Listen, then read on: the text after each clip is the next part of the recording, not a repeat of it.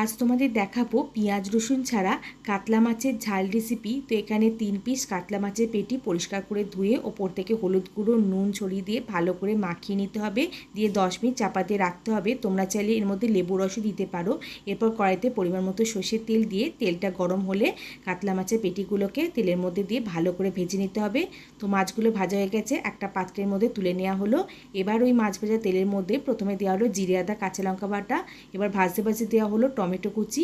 এবার বেশ খানিকক্ষণ কষিয়ে ভেজে নেওয়ার পর দেওয়া হলো নুন, হলুদ গুঁড়ো, লঙ্কার গুঁড়ো। এবার ভালো করে কষানো হয়ে গেলে পরিমাণ মতো জল ঢেলে দিয়ে নাড়াচাড়া করে নিয়ে একটু রঙের জন্য কাশ্মীরি লঙ্কা গুঁড়ো ছড়িয়ে ঝোলটা খানিকক্ষণ ফুটে দেওয়া হলো। ঝোল ফুটে গেলে ভেজে রাখা মাছগুলোকে ওর মধ্যে দিয়ে বেশ খানিকক্ষণ ফুটিয়ে নিতে হবে। তো গ্রেভি হয়ে গেলে শেষে একটু ধনেপাতা কুচি ছড়িয়ে নাড়াচাড়া করে নিলেই কাতলা মাছের ঝাল রেসিপি একদম তৈরি। একটা প্লেটে নামিয়ে নেওয়া হলো। একদম সহজ রেসিপিটি ভালো লাগলে লাইক করো। ধন্যবাদ।